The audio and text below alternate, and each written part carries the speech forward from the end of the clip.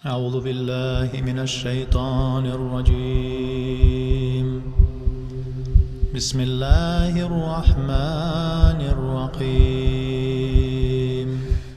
Почему же произошло разделение уммы?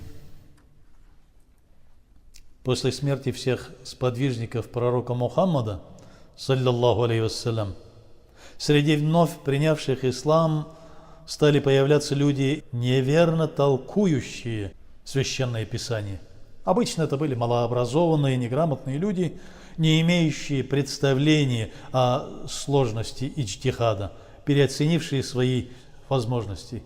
Ошибочное толкование аятов Священного Корана и неправильное понимание сунны стали причиной потери ими правильного пути.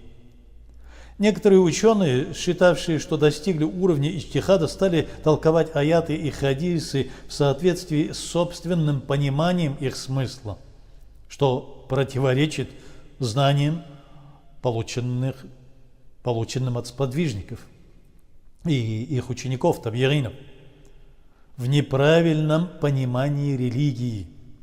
В результате неверного подхода к толкованию источников религиозных знаний они сошли с истинного пути и исключили себя из рядов приверженцев сунны. Их стали называть идущие другим путем, не последовавшие правильному пути, гайр аль-мукаллидин. Они не последовали тем знаниям,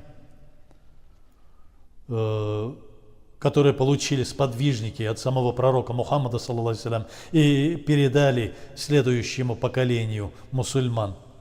Группы людей, сбившихся с пути, не стали кафирами, но причинили очень много вреда распространению ислама. Даже гораздо большего вреда, чем неверующие люди.